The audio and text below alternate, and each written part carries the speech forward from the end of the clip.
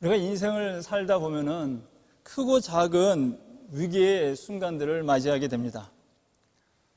그런데 이제 막 신앙생활을 시작하신 분들 중에 어떤 분들, 또는 오랫동안 신앙생활을 하셨음에도 불구하고 어떤 분들은 이제 내가 예수님을 믿고 영접했으니까 이제 내 삶에는 더 이상의 크고 작은 위기가 오지 않을 것이다 라고 생각하시는 분도 간혹 있는 것 같기도 합니다. 그런데 여러분, 열심히 기도했고 열심히 말씀 생활하고 열심히 교회 생활하고 신앙생활을 했음에도 불구하고 위기는 찾아온다는 것입니다. 제가 전에 함께 섬겼던 교회에 강 권사님이라는 분이 계십니다. 근데 이분은 가정이 넉넉한 편이 아니었어요. 힘들고 어려웠습니다. 남편인 이 외국인은 오래전에 다른 여자를 만나서 바깥에서 살면서 이혼도 안 하고 별것째로 오랫동안 헤어져 살고 있었습니다. 그래서 이 권사님은 혼자서 딸을 키우고 또 그 딸의 자손들까지, 손자, 손녀까지 키우면서 힘든 삶을 사셨습니다. 그럼에도 불구하고요, 이 권사님은 항상 웃으신다는 거예요. 그럼에도 불구하고 항상 기쁘시다는 거예요. 그럼에도 불구하고 교회에 늘 적극적이라는 것이에요. 근데 어느 겨울날은 집안의 전기 합선으로 인해서 집에 화재가 난 거예요. 그 집이 다 타버렸어요. 근데 그 집의 이름이 남편 이름으로 되어 있었고 또 보험도 없었기 때문에 그 어떤 보상도 받을 수 없었습니다. 그럼에도 불구하고 이 권사님은 웃으시더라고요. 감사하시더라고요. 여러분, 그리스도를 믿고 영접해서 하나님의 자녀가 되었다고 해서 우리 삶에 이런 인생의 위기가 없는 것이 아니라는 것입니다. 그러나 진정으로 예수 그리스도를 믿고 그리스도의 제자가 되어 그리스도의 증인의 삶을 사시는 분들에게는요, 이 위기가 더 이상의 위기로 여겨지지 않는다는 것입니다. 대신에 그 위기는 하나님이 주신 믿음의 시험이며 하나님의 임재하심과 하나님의 동행하심과 하나님의 능력을 경험하는 축복의 기회로 여긴다는 것입니다. 예수 그리스도를 믿기 전에 내 삶에 닥친 위기 속에서 나는 두려워했고 염려했고 근심했고 떨었습니다. 그러나 이제는 그리스도를 나의 주인으로 모시고 내가 그리스도의 제자의 삶을 살 때는요, 더 이상 위기가 위기로 여겨지지 않고 그것이 하나님이 주신 믿음의 시험이요 또 내게 주신 축복의 기회로 믿는다는 것입니다.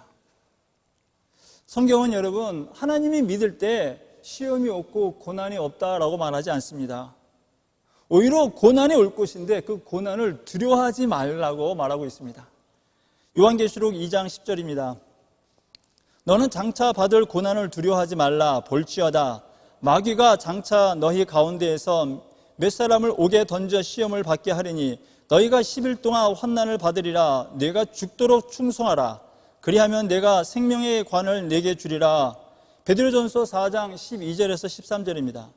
사랑하는 자들아, 너희를 연단하려고 오는 불시험을 이상한 일 당하는 것 같이 이상히 여기지 말고 오히려 너희가 그리스도의 고난에 참여하는 것으로 즐거워하라. 그리스도의 고난에 참여하는 것으로 즐거워하라는 것입니다. 그리고 또 말합니다. 이는 그의 영광을 나타내실 때에 너희로 즐거워하고 기뻐하게 하려 함이라 라고 말하고 있습니다. 여러분, 고난에 참여하는 것을 즐거워하라 말합니다. 왜냐하면 고난에 참여할 때 사람이 주지 않는 하나님이 주시는 즐거움과 기쁨을 누릴 수 있기 때문에 그렇습니다. 고린도전서 10장 13절은 이렇게 말합니다. 사람이 감당할 시험 밖에는 너희가 당할 것이 없나니 오직 하나님은 미쁘사 너희가 감당하지 못할 시험 당함을 허락하지 아니하시고 시험 당할 즈음에 또한 피할 길을 내사 너희로 능히 감당하게 하시느니라 라고 말하고 있습니다. 하나님께서 하나님을 믿는 자들에게 시험을 주시는데 그냥 시험만 주시는 것이 아니라 그 시험을 감당할 만한 시험을 주시고 또 감당할 만한 능력까지 주신다는 것입니다. 더 나아가서 피할 길도 알려주신다는 것이에요. 그래서 여러분, 우리에게 알려주신 그 피할 길을 따라만 가면은 하나님의 임재하심과 하나님의 능력을 경험한다는 거예요. 그 하나님의 능력을 경험함을 통해서 우리의 믿음은 점점 더 성장하고 성숙해진다는 것입니다. 그러면 우리는요, 우리에게 닥치는 위기를 더 이상 두려워하고 염려할 것이 아니라 싫어할 것이 아니라 이제는 그것을 담대히 받아들임으로 말미암아 그것이 하나님의 임재를 경험하고 하나님의 능력을 경험할 수 있는 축복의 기회라는 것으로 믿어야 한다는 것입니다. 오늘 우리가 함께 읽은 본문은 모르드게와 그의 민족인 유다 족속에게 닥친 절체절명의 위기를 이야기하고 있습니다. 그 내용을 소개하면 이렇습니다. 아하수에로 왕이 에스더와 결혼한 후 약 3, 4년이 지난 후에 아하수에로 왕은 그 모여있던 관료 중에 하만이라는 사람에게 국무총리직을 주면서 많은 고난을 주었습니다. 그 많은 고난을 주면서 백성들에게 그가 지나갈 때마다 절을 하라고 명령을 내렸습니다. 그래서 그가 수산성을 오고 할 때 많은 사람들이, 거의 모든 사람들이 하만 앞에 절을 했습니다. 그러나 단 한 사람, 모르드게는 절을 하지 않았던 것입니다.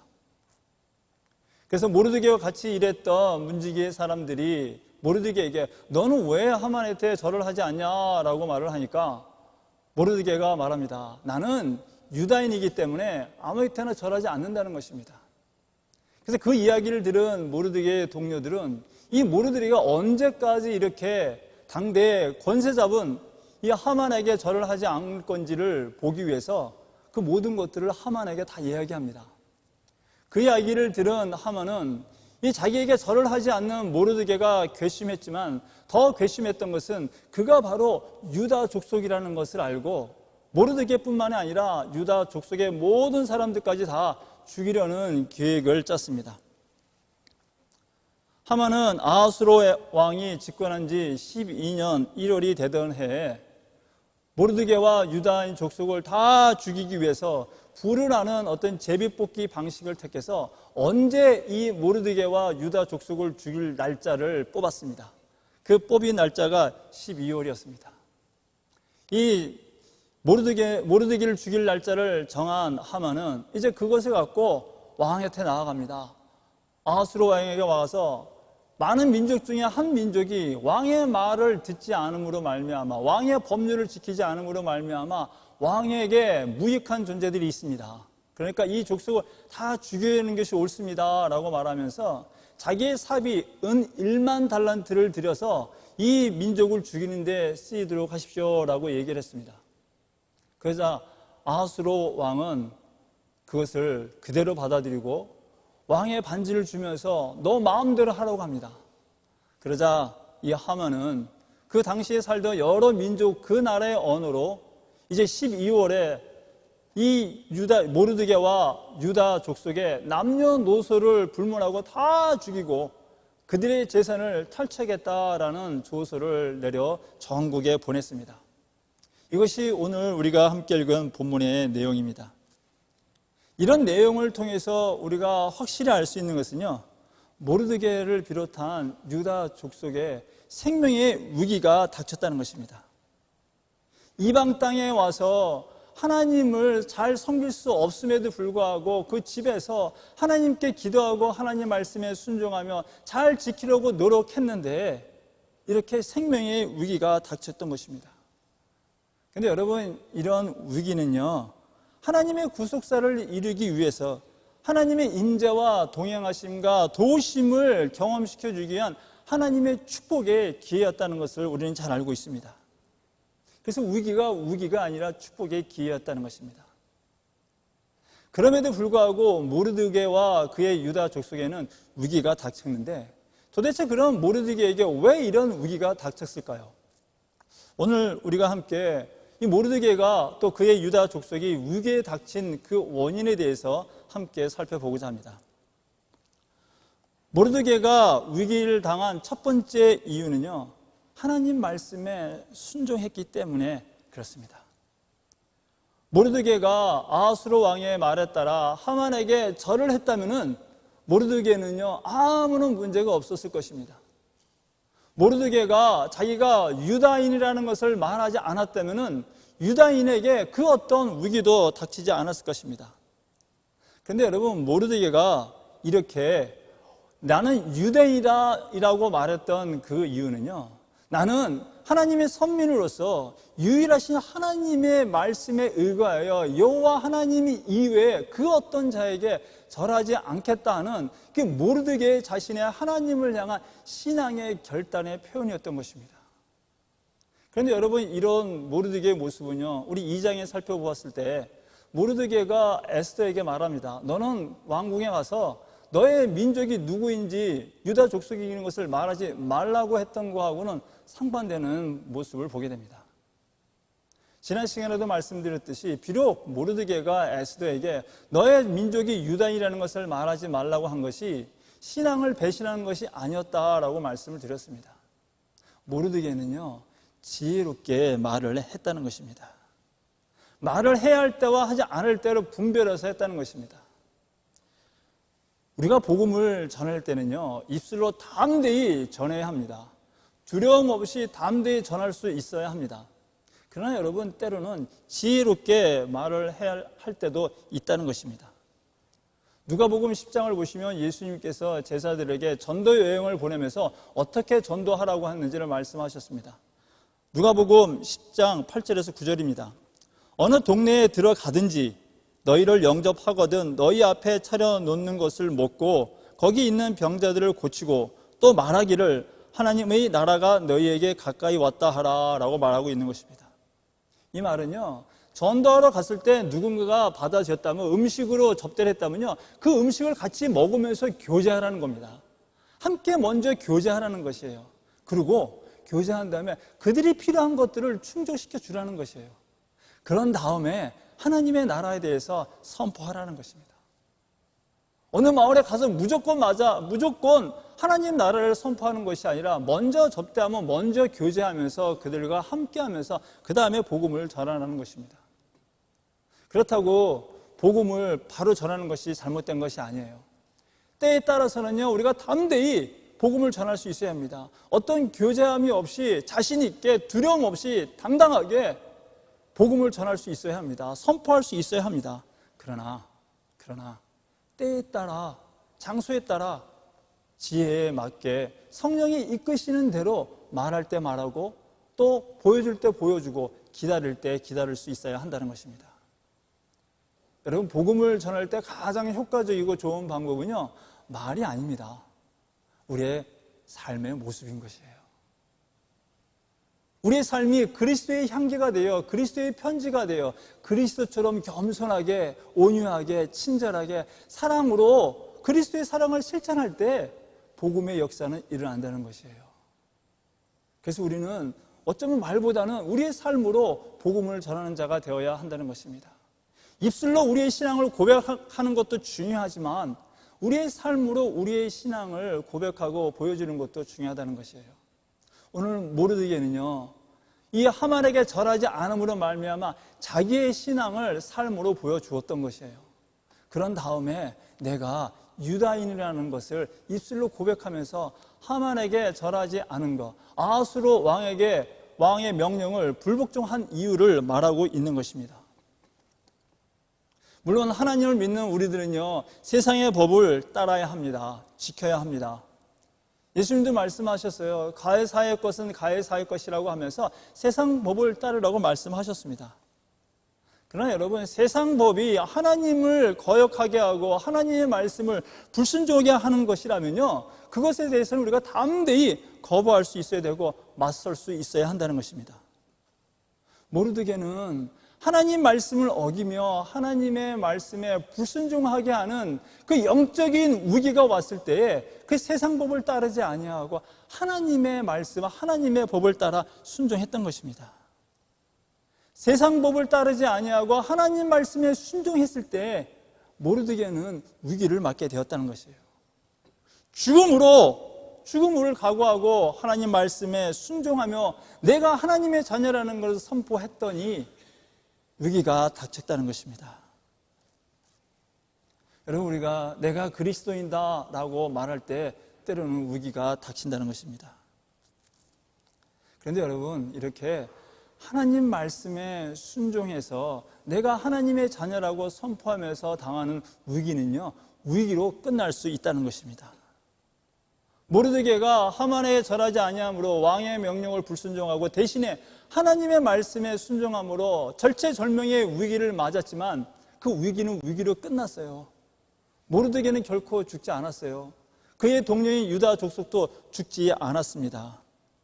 죽기를 각오 하나님 말씀에 순종했더니 하나님의 임재와 하나님의 일하심을 경험할 수 있었던 것이에요.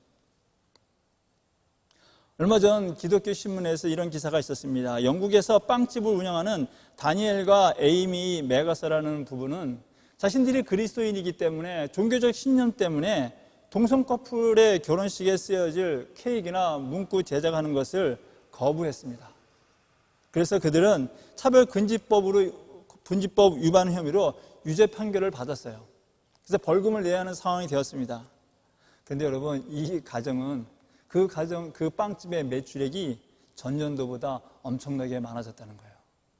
2015년도에 매출액이 19억 정도 되었다고 합니다. 그런데 2016년에 22억이 늘어났다는 거예요. 하나님 말씀을 지키기 위해서 세상 법을 따르지 않고 하나님의 법을 지켰더니 비록 세상 법의 위법으로 벌금은 낼지언정 하나님께서 이렇게 물질로 더 채워줬다는 것입니다. 미국에도 이런 경우가 많이 있습니다. 그런데 여러분, 우리가 한 가지 알아야 될 것은 항상 이렇지는 않다는 것입니다. 위기가 왔을 때 하나님께서 항상 죽음의 위기에서 살려주신다는 것은 아니라는 것입니다. 예를 들면 예수님도 그러셨습니다. 예수님도 십자가에 죽을 위기가 닥쳤을 때 하나님은 그 예수님을 살려주지 않았어요. 예수님은 그 위기가 왔을 때, 생명의 위기가 왔을 때 죽으셨습니다. 여러분, 주기철 목사님도 마찬가지였습니다. 주기철 목사님은 일제시대 때 일왕에 절하라는 신사참배를 거절했습니다. 그로 말미암아 생명의 위기가 닥쳤을 때 하나님께서는 그 주기철 목사님을 살려주신 것이 아니라 순교하게 하셨다는 것입니다. 모든 위기가 모르드게처럼 다 살려주신다는 것이 아니에요. 모르드게가 산 것은요, 하나님께서 이 에스더를 통하여 하나님께서 이방 땅에 있는 사람이라 할지라도 하나님이 살려주신다는 하나님의 구속사를 보여주기 위한 하나의 예였다는 것입니다. 그리고 예수님이 죽으신 거, 주기철 목사님이 순교하신 거, 그것 또한 하나님께서 하나님의 백성을 영적으로 살리시고자 하는 하나님의 구속사의 또 하나의 섭리였다는 것입니다. 여러분, 우리가 위기가 닥쳤을 때 우리의 생명이 죽을 수도 있고 살 수도 있습니다. 그러나 여러분, 한 가지 확실한 것은요, 우리가 순종함으로 말미암아 위기가 닥쳐서 비록 죽었다 할지라도 우리의 영혼의 위기는 벗어날 수 있었다는 거예요. 이 땅에서의 위기는 비록 죽음으로 끝날지 모르지만 영원히 죽을 수밖에 없는 그 영적인 위기에서는 벗어나 영혼의 안식을 누릴 수 있었다는 것입니다. 여러분, 우리 삶에 닥치는 위기, 세상적인 방법으로 극복되어질 수도 있고 극복되지 못할 수도 있습니다. 그건 전적으로 하나님의 뜻이라는 것입니다. 그것을 통하여 하나님은 하나님 되심 알려주시고 우리로 하여금 영혼의 안식을 누리게 하신다는 것을 믿으시기 바랍니다. 모르드게의 이 순종으로 말미암아 모르드게의 유다 족속은요, 위기가 닥쳤습니다. 한 사람의 순종으로 말미암아 그의 모든 공동체가 다 위기를 맞게 된 것입니다.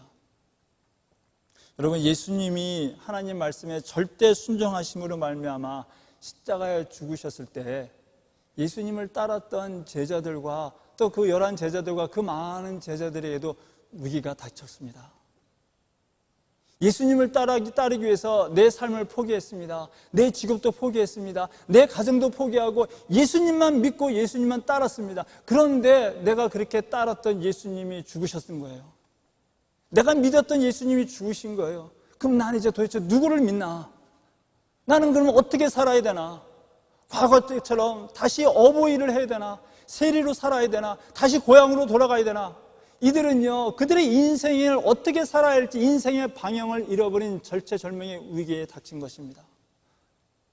그런데 여러분, 그들은 그 위기 속에서 부활하신 그리스도를 만남으로 말미암아 새로운 축복의 기회를 만났다는 것입니다. 예수님이 죽음으로 말미암아 이들이 맞았던 그 위기 속에 그들은 자신의 연약함을 보았습니다. 부족함을 보았습니다. 또 위기 가운데 힘들고 갈 바를 모를 때 부활하신 그리스도를 만남으로 말미암아 내가 앞으로 나아가야 할 방향을 잡는 새로운 축복의 기회를 잡은 것이에요. 이제는 내 삶이 이제 온전히 하나님의 구속사를 이루기 위하여 예수님이 하셨던 그 일을 이어받아 이제 예수님처럼 순교하는 것에 두려워하지 않고 담대히 나아갈 수 있는 그 자신감을 회복하는 기회가 되었다는 것입니다. 여러분, 그리스도 한 분이 순종하여 죽으심으로 말미암아 수많은 사람들이 위기에 처하게 되었어요. 그러나 여러분, 또 하나 그리스도의 순종으로 죽으심으로 말미암아 위기에 있던 수많은 사람들, 특별히 그리스도를 믿게 된 수많은 사람들은요, 영원히 죽을 수밖에 없는 영생의 죽음의 위기에서 벗어나서 새로운 안식, 영원한 안식, 하나님 나라로 갈 수 있는 그런 축복의 기회를 받았다는 것입니다. 예수님의 죽으심이 위기였지만 그 위기 때문에 수많은 사람들이 영원한 형벌에 들어갈 위기에서 벗어나 영원한 안식, 하나님 나라로 가는 축복의 기회가 되었다는 것입니다. 예수님의 순종의 죽으심 때문에 그리스도는 부활하셔서 우리가 구원받을 수 있게 되었다는 것입니다. 여러분, 한 사람의 절대적인 순종이 이렇게 위기인 것처럼 보이지만 그 위기는 곧 기회로 변했다는 것입니다.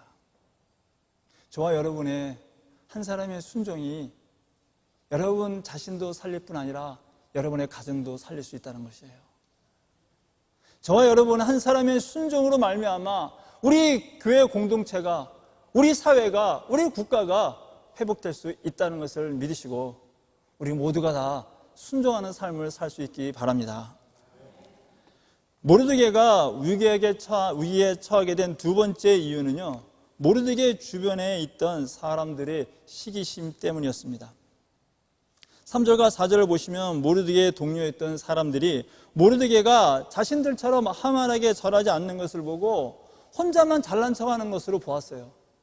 자신들은 자신들이 믿던 신에게 절하는 것을 포기하고 왕의 명령을 따르기 위해서 하만에게 절을 했는데, 이 모르드게는 자기들처럼 자신의 신을 버리는 것이 아니라 혼자서 자기 신을 굳건히 믿고 나아가는 그 모습을 보고 그 영적인 시기심이 일어났던 것입니다.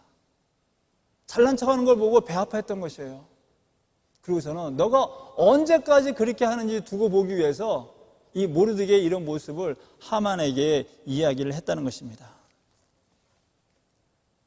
하나님을 믿지 않는 사람들은요, 하나님을 잘 믿고 말씀에 순종하며 살아가려고 하는 자들을 그냥 내버려 두지 않더라고요. 옆에서 쿡쿡 찔러요. 시비를 걸어요. 그리고 말합니다. 나와 같이 놀러 가자. 세상 사람들은요, 하나님 말씀에 순종하는 자들에게 싫어해요. 왜 싫어하면요, 자기들처럼 죄의식을 느끼길 원하는데, 죄의식을 느끼지 않기를 원하는데, 우리 믿는 자들은 죄의식을 느낀단 말이에요. 자기들처럼 전혀 죄의식을 느끼지 못하고 그래서 죄를 행하고 악을 행하고 또 그렇게 행하기를 원하는데, 같이 악한 일을 하기를 원하는데, 이 믿는 자들은 그렇지 않다는 것입니다. 그렇게 안 하려고 노력한다는 것입니다. 그래서 하나님 말씀에 순종하며 살아가는 자들에 대해서 굉장히 기분 나빠하고요, 굉장히 그 시비를 건다는 것입니다. 얼마 전에 우리 성도님을 통해서 들은 이야기입니다. 어떤 믿지 않는 분들과 비즈니스를 하게 되었습니다. 어떤 일 때문에 만나고 했는데 그 사람이 우리 성도님들에게 말한다는 거예요. 당신은 교회 다니면서 신앙이 있다면서 왜 그렇게 하냐라고 한다는 거예요. 교회 다니는 사람이 왜 그 모양 그 꼴이냐는 식으로 말을 했다는 것입니다. 그런데 그 사람은요, 억지를 부리는 것이에요. 말도 안 되는 것을 주장하고 고집하는 거예요. 근데 우리 성도님은 정말 이성적으로, 논리적으로 또 그 사람을 불쌍히 여기는 마음으로 이해하려고 참고 또 참았어요. 그리고 내가 신앙인이기 때문에, 또 내가 교인이기 때문에, 우리 교회를 대표하기 때문에 잘해야 되겠다고 무던히도 애썼던 그 모습을 저는 보았고 들었습니다. 그런데 이분은요, 전혀 그렇지 않다는 거예요. 교회 다닌다는 사람은 왜 그러냐는 식으로 시비 걸고 우리를 상처를 주고 우리를 아프게 했다는 것입니다. 물론 세상 사람들이 다 이렇다는 것은 아닙니다. 세상에도요, 하나님 믿지 않는 분들 중에서도요, 좋은 분들이 많습니다. 인격적으로 선한 분들이 많아요. 착하고 친절하신 분들이 많습니다. 그래서 하나님을 믿고 따라가는 모든 자들에게 선하게 대해주고 오히려 도와주시는 분들도 있어요. 근데 간혹가다 이렇게 그 심성이 왜 그런지 몰라도 틀어져서 하나님 믿는 자들을, 잘 믿는 자들을 싫어하고 그렇게 시비를 거는 자들이 있다는 것입니다. 근데 여러분, 하나님께서는요, 그렇게 악한 마음을 갖고 하나님 믿는 자들을 시비하는 자들을 이용하신다는 거예요. 하나님께서는 내 주변에 내가 믿음 생활하는 것을 방해하고 시비하는 자들을 통해서 나로 하여금 하나님께 더 기도하게 한다는 거예요. 하나님을 더 의지하게 한다는 거예요. 그러면서 심지어 그런 분들을 위해서 중보 기도까지 하게 하신다는 것입니다. 그래서 하나님께서는요, 내 주변에서 나를 힘들게 하고 나를 아프게 하는 자들을 통해서 하나님을 경험하게 한다는 거예요. 하나님을 의지하게 한다는 거예요. 그래서 우리의 믿음이 좀 더 성장하고 성숙하게 한다는 것입니다. 그래서 우리 주변에 나를 상처 주는 사람, 나를 비난하고 나에게 하는 사람들은요, 결코 나쁘게 볼 것이 아니라 하나님께서 저 사람을 통해서 나로 하여금 하나님께 더 기도하고 또 저 사람을 중보하게 하는 하나님의 기회구나라고 우리는 생각할 수 있어야 한다는 것입니다. 그런데 안타까운 것은요, 그런 사람들이 세상에만 있는 것은 아니라는 것이죠. 때로는 우리 교회 공동체에도 그런 분이 있다는 거예요. 어느 분이 은혜 받아서 너무나 기뻐하면 그것을 같이 기뻐하고 즐거워해야 되는데, 사돈이 땅을 사면 배가 아파서 그런지 몰라도 누군가 은혜 받아서 막 정말 기뻐하면요, 그걸 그냥 같이 기뻐하지 않아요. 같이 즐거워하지 않아요. 너가 은혜 받았으니까 그럼 너가 먼저 섬겨봐. 너가 은혜 받았으니까 너가 먼저 충성하고 너가 먼저 사랑하고 너가 먼저 낮아지고 너가 먼저 보여줘봐 라고 말을 한다는 것이에요. 여러분, 그거 아닙니다. 우리 공동체는요, 함께 은혜 받아야 돼요. 함께 은혜 받고 함께 기뻐해야 돼요.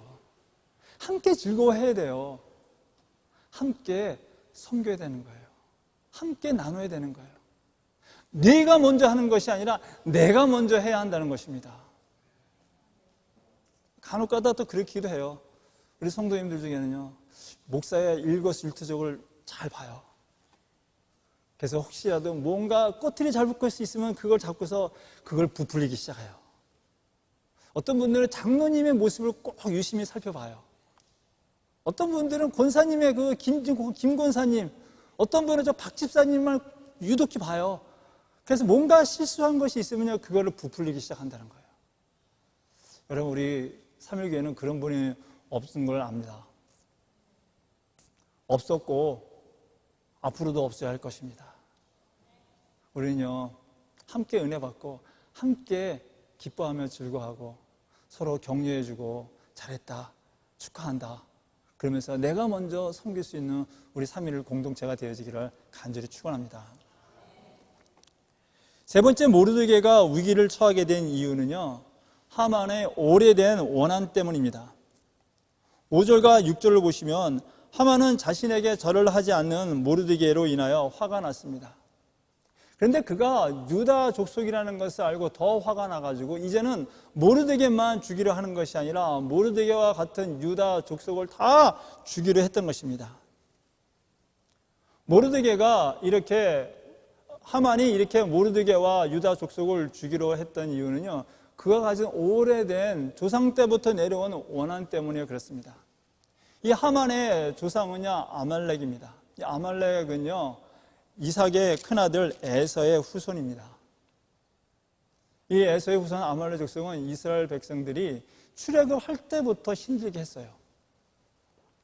출애굽기 17장을 보시면 이스라엘 백성들이 광야를 지나갑니다. 그때 어느 한 민족이 느닷없이 와서 공격을 해서 전쟁을 벌이게 됩니다. 이때 갑자기 쳐들어온 족속이 바로 아말렉 족속이에요. 이 전쟁에서 모세가 두 손을 들어 기도하면은 이겼고 손을 내리면 졌던 바로 그 전쟁이 바로 아말렉과의 첫 번째 전쟁이었어요. 이 전쟁이 지난 다음에 하나님은 이렇게 말합니다. 내가 아말렉을 도말하여 천하에서 기억함이 없게 하리라 라고 말씀하셨어요. 하나님께서는 굉장히 분노하셨어요. 굉장히 화가 나셨어요. 이 아말렉 족속에게. 왜 그러냐면은 하나님이 이스라엘 백성을 구원하고자 하는 이 구속사의 길에 방해를 했기 때문에, 하나님의 일에 방해했기 때문에 하나님께서 이 아말렉 족속에게 원한을 갖고 이들을 다 멸하신다 약속을 하셨던 것입니다. 그래서 그 이후부터 아말렉 족속과 유다 족속은요, 원수의 지간이 되고 원한을 품게 되었던 것이에요. 마치 우리 한국이 일본 족속과 보이지 않는, 끝나지 않는 원한을 가졌듯이 말입니다. 여러분, 이렇게 개인이나 어떤 조상이나 공동체로 인한 어떤 깊은 원한이 있으면요, 그 원한이 있는 사람 때문에 위기를 맞을 수 있다는 것입니다. 그래서 우리는 가능하면은 누군가와 원수를 만들면 안 돼요. 원한을 가지면 안 된다는 것이에요. 그래서 성경은 말합니다. 할 수 있거든 화평하라 라고 말해요. 근데 여러분, 할 수 있거든이라는 말이 있습니다. 그 말은 뭐예요? 우리가 완전하게 화평할 수 없다는 이야기도 되는 거예요. 우리가 아무리 선하게 하나님 말씀대로 곧이곧대로 그대로 순종하는 삶을 산다 할지라도 우리 삶에는요, 우리에게 원한을 가진 자가 있다는 것입니다. 아무리 내가 잘해도 나에게 원한을 품는 사람이 있다는 것이에요. 예수님은 살아계시면서 제사장들에게 또 유대인들에게 잘못한 것이 하나도 없으셨습니다. 올바른 것을 가르쳐 주셨습니다. 병든 자들을 고쳐주셨습니다. 배고픈 자들에게 먹을 것을 주셨습니다. 영생에 정말 회복하는 기회도 주셨습니다. 그럼에도 불구하고 예수님은 제사장과 유대인들로부터 원한을 받고 결국 십자가의 고난을 받으시고 죽으셨던 것입니다. 잘못한 것이 하나도 없으셨는데 오히려 더 좋은 것을 주셨음에도 불구하고 주변의 사람들은 예수님을 원한을 갖고 예수님을 죽였던 것입니다. 여러분, 우리가 하나님의 뜻을 이루기 위해서 순종하는 삶을 살 때는요, 이렇게 악한 영들에 의해서 우리가 원한을 가지게 된다는 것입니다. 하나님 말씀에 순종하고 하나님 뜻대로 살아가려고 할 때 사탄은요, 그걸 내버려 두지 않아요. 하나님 말씀에 순종하는 자들은요, 사탄의 원수가 되는 거예요. 그래서 사탄이 원한을 품고 하나님 말씀에 순종하는 자들을 애매하게 위기에 처하게 하고 고난을 준다는 것입니다. 그래서 때로는 그 고난 때문에 우리 믿는 자들이 힘들어지기도 해요. 그러나 여러분, 그 고난은요, 위기는요, 결코 끝나는 것이 아니에요. 그 위기로 끝난다는 것이에요. 물론 때로는 조금 전에 말씀드린 것처럼 그 위기로 인하여 우리가 죽을 수도 있어요. 예수님이 위기에 죽으셨던 것처럼. 그래서 자칫 그 우리에게 원한을 품은 사탄이 이긴 것처럼 보여지기도 합니다. 그러나 그건 잠시뿐이라는 것이죠. 우리 주님은 다시 사셨기 때문에, 다시 부활하셨기 때문에 우리가 위기를 맞아 힘들고 지치는 삶을 살 수 있어요. 그러나 거기서 끝이 아니라는 것입니다. 우리 주님께서는 그 위기 속에서 다시 우리를 회복시켜 주신다는 거예요. 그래서 우리는, 말씀을 순종하는 우리는요, 끝내 승리한다는 것입니다. 여러분, 우리의 승리의 확신을 갖는 건 굉장히 중요합니다. 결코 우리에게 원한을 품은 사탄에 눌려 우리는 패배하지 않습니다. 우리는 항상 승리하신다는 그 승리의 확신을 갖는 우리 모두가 되어지기를 간절히 축원합니다. 이제 마지막 모르드게가 위기를 맞은 이유는요, 아하수에로 왕의 그 우유부단함과 어리석음 때문이었습니다. 하만이 모르드게를 비롯한 유대인을 죽이기 위해 왕에게 모함을 해서 이 유다 족속을 죽이려는 이야기를 했을 때 이 아하수에로 왕은요, 그 하만이 이야기하는 것을 살펴보았어야 돼요. 한두 사람이 죽는 문제가 아니라 한 민족이 죽고 말고 하는 그 중요한 시점에 아하수에로 왕은요, 다른 사람들의 의견을 들어보지도 않고 조사해보지도 않고 그저 하만의 말만 듣고 그냥 승낙을 했다는 것입니다. 더욱이 이 아하수에로 왕은요, 물질에 혹했던 거예요. 하만이 아하수에로 왕에게 은 1만 달란트를 주어서 이 유다 족속을 죽이는 데 쓰라고 줬습니다. 여러분, 이 은 1만 달란트 양은요, 지금 기준으로 와서 약 340톤가량 되는 은이에요. 이것을 당시에 화폐로 따지면 엄청난 분량으로, 학자들은 말합니다. 이 정도 금액이면 당시 페르시아의 1년의 예산의 65%가 된다는, 그렇게 엄청난 돈이라는 거예요. 이 엄청난 돈을 하만은 아하수르 왕에게 주었을 때 이 아하수르 왕은 혹한 거예요. 그 물질 앞에서 이것저것 살필 여력이 없었던 거예요. 그냥 원하는 대로 다 주었던 거예요. 여러분, 아하수르 왕은 한 나라의 왕입니다. 당시 페르시아에는요, 여러 민족이 살았어요. 노예로 와서 포로로 잡혀 살았어요. 그 중에 하나가 유다 족속이에요. 유다 족속도 페르시아에 살았기 때문에 페르시아의 왕인 아하수르 왕은 이 유다 족속도 관리해야 할 의무가 있었고 책임이 있었던 자입니다. 그러나 그는 자기가 다스려야 하고 자기가 섬겨야 하는 이 백성들을 돌보지 않고 그저 눈앞에 닥친 물질에 현혹되었던 거예요. 이런 걸 보면 이 아하수르 왕은요, 좋은 왕이 자질이 있는 사람은 아니었습니다. 이 사람은 우유부단했던 사람이에요. 스스로 뭔가 결정하는 사람이 아니었어요. 처음 와스디 여왕을 폐위할 때도 본인의 생각이 아니었어요. 신하들이 그렇게 하라고 하니까 무조건 그렇게 했어요. 또 에스더 왕, 새로 왕비를 구해야 된다라는 신하의 말을 듣고 또 그대로 했어요. 그리고 이번에는 또 하만이라는 한 사람이 유다 족속을 다 죽여야 한다는 그 말만 듣고 그렇게 했던 거예요. 물론 왕은, 지도자는 다 자기와 함께하는 신하들의 이야기도 들을 수 있어야 합니다. 무조건 독단적으로 해서는 안 됩니다. 그러나 누구의 말을 듣느냐, 어떤 일을 하느냐에 따라 다르다는 거예요. 여러분, 북한을 보십시오. 한 지도자가 세워서 그 지도자가 전혀 소통하지 않다 보니까 이상한 나라가 되고 있지 않습니까? 여러분, 미국도 지도자를 뽑았는데 그 지도자 때문에 지금 미국도 위기 아닙니까? 여러분, 한국도 그러지 않았습니까? 뽑은 지도자가 들어야 할 이야기는 듣지 않고 엉뚱한 사람이 이야기를 듣다 보니까 나라가 힘들어졌고 얼마나 많은 위기를 당했습니까? 지금도 위기 아닙니까? 한 공동체의 지도자가 어떠냐에 따라 그 공동체 전체가 위기를 맞을 수 있다는 것입니다. 아버지 때문에 그 가족에 다 위기를 맞을 수 있고요. 한 교회 공동체의 교회 담임 목사로 인하여 그 교회가 위기를 맞을 수 있다는 것입니다.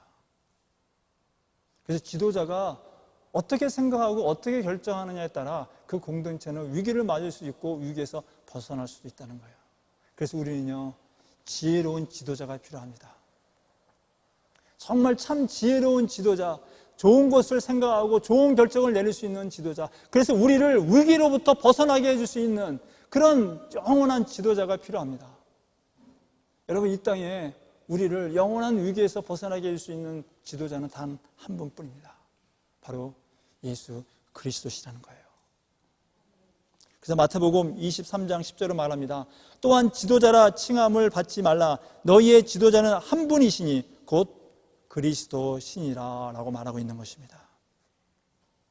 우리를 영혼의 위기에서, 영원한 형벌에 빠질 수밖에 없는 그 절체절명의 위기에서 우리를 벗어나고 위기에서 벗어나 참된 안식으로 보내줄 수 있는 분은, 그런 지도자는 예수님 뿐이라는 것입니다. 여기서 계신 우리 모두는 이제 예수 그리스도를 나의 지도자로 삼고 나의 주인으로 삼고 그리스도를 따라갈 때에 우리의 영혼의 위기는 벗어난 것입니다. 그래서 영원한 안식, 하나님 나라로 갈 수 있다는 것입니다. 이제 말씀을 마치겠습니다. 여러분, 그리스도를 믿고 영접하는 것은 하나님의 자녀가 되는 삶입니다. 하나님의 자녀가 되는 삶은요, 복된 삶입니다. 축복받는 삶입니다. 영원한 안식을 누리는 삶입니다. 그런데 여러분, 그럼에도 이 땅을 살아가면서 우리는 크고 작은 위기를 맞을 수 있다는 것입니다. 그러나 내 안에 그리스도가 나의 주인이 되시고 내가 그리스도와 나와 함께 한다는 걸 내가 확신한다면요, 그 위기는 위기로 느껴지지 않고 하나님의 주신 또 다른 축복의 기회로 여겨진다는 것입니다. 여러분, 우리는 지금 위기 상황처럼 보여집니다. 아니요, 우리는 지금 위기입니다. 위기입니다. 그러나 여러분, 이건 결코 위기가 아니라 하나님께서 저와 여러분에게, 우리 교회에게 주신 또 하나의 축복의 기회라고 저는 믿습니다. 여러분도 그렇게 믿을 것이라 확신합니다. 그 믿음 갖고 이제 우리 하나님만 의지하기 바랍니다. 하나님 말씀만 붙잡기 바랍니다. 그리고 기도하기 바랍니다. 그리고 하나님께서 내게 새로운 축복의 기회를 주셨구나 라는 것을 확신하면서 결단하기 바랍니다. 주님, 내가 그리스도의 참된 제자가 되기 원합니다. 그리스도의 증인이 되기 원합니다. 그래서 그리스도의 향기로서, 그리스도의 편지로서 주님의 뜻을 이루어드리는 하나님의 신실한 종이 되겠습니다 라고 결단하셔서 하나님으로부터 한량없는 축복받는 저와 여러분, 우리 3.1교회가 되어지기를 간절히 축원합니다.